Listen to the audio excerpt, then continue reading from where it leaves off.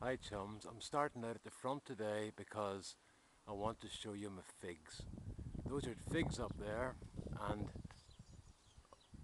over there, and this is the first year ever we've had figs, so I'm very happy about that. I'm going to wind this back again so I have to stop talking. And just by way of comparison so you can see what size they are, they're not very big, but there they are. That's the figs. They fell onto the ground. I haven't eaten them or anything, I'm scared to eat them, but we'll see. I'll maybe get my wife to try them and then let's see how she gets on. I'll try them after that. Okay, so we'll head down the garden here and see how we're getting on.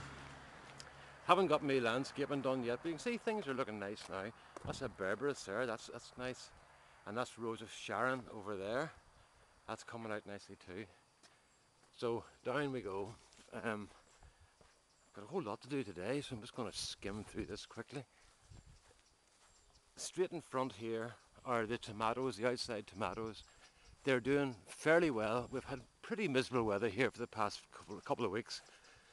It's quite lovely today. It's really pleasant. It's nice and warm, but overall it's not great. Now those are red alert. They're doing really well, and they're much bigger than I expected. They weren't as big last year, but they're not ripening. This is the problem. Um, corn doing well. Corn doing well, and peas here. The peas have done superbly well. I've taken a couple of bags off them already and they've been good. The beans, you can see the beans. They're broad beans. They've been eating away at those. They're too big to eat now in the pods, but when they're about a couple of inches long, I would take them and eat the pod and all, and it's very nice, you know. Garlic here. I've started to take scapes off the garlic, so things are starting to move on, and I notice that the leaves are starting to get a bit yellowed at the bottom, so we'll get a hook down there sometime and see what's happening. These onions not doing too well at all. I don't know what has happened here. Maybe it's late getting them in, I'm not too sure, but I'll show you the ones up the way that are doing really well. Those are potatoes there. That's a bed I've just taken out of cabbages. The cabbages were very good in that bed, but I lost about a third of them because of slugs. I left them too long. But you live and learn. Carrots doing well. What are these? Strawberries, well, dormant, basically, not let them do anything. Cucumbers and courgettes coming on well. I had courgettes for the first time last week, and I used a recipe by Gary Entropy, and it was really lovely. If you look up his site, uh, you'll get the recipe. It's really simple and easy, and even I can cook it, and it was very delicious. So I'm looking forward to more courgettes. That's a jack-o'-lantern pumpkin, and over here, you can see here, loads of garden pearl, loads and loads of flowers on them, but not very many tomatoes yet.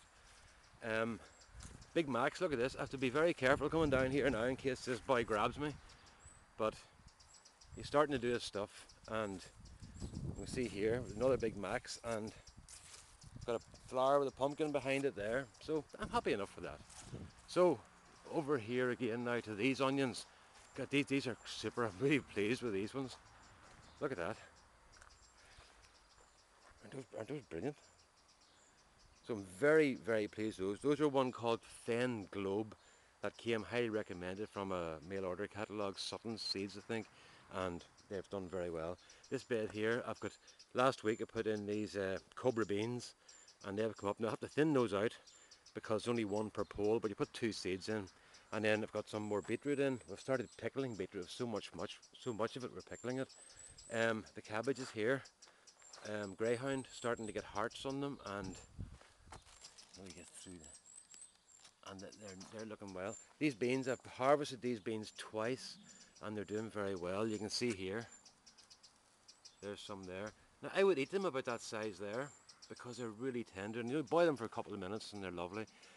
Once again, these ones are more shaded on this side than this side, and these are the ones that are doing best. Same thing happened Same thing happened last year. The ones at the southern end of the bed were later than the ones at the north end. So it seemed they liked the shade, and I moved them over here into this area where there is more shade with the trees and stuff. And it seems to have worked okay, you know. So that's that. So, and then the hispy cabbages, Those were very good. They're starting to go for a bit, so I'll grab those and cut them up and put them into the freezer. They'll be grand. So, what I was saying, I might just stop this video here. I'll go over and show you the potatoes and then do another video about the tomato trial. The potatoes are doing really, really well. And if we go up here, I'm going to open one of these bags up later on because I've discovered something. Right, this is one called Charlotte, and if we have a wee hook down here, look, potato, where are we? Ah, there it is. So those are about ready. Those are ready to go. But they say about egg size, so that's about the size of a big egg. So I'm going to have a, oh, there's a worm. I'm going to have a race through later on, and we'll go through this bag and see what we've got. Okay, so I'm going to stop here now and do another video on the inside of the greenhouse. Just before that again, there's the potatoes in the suitcase. Not doing very well at all. They're called Maris Pear, and they haven't done well. They're getting blight, they're getting more like burnt even, you know. But these are the same one in a bag, and they're not doing well either. So we'll hook those out as well and see what's going on. But later on, but I'm not very hopeful for any success with those. But once again, you try these things out and see what happens. So I'm going to stop here now, and then I'll go into the greenhouse and we'll take a look at that.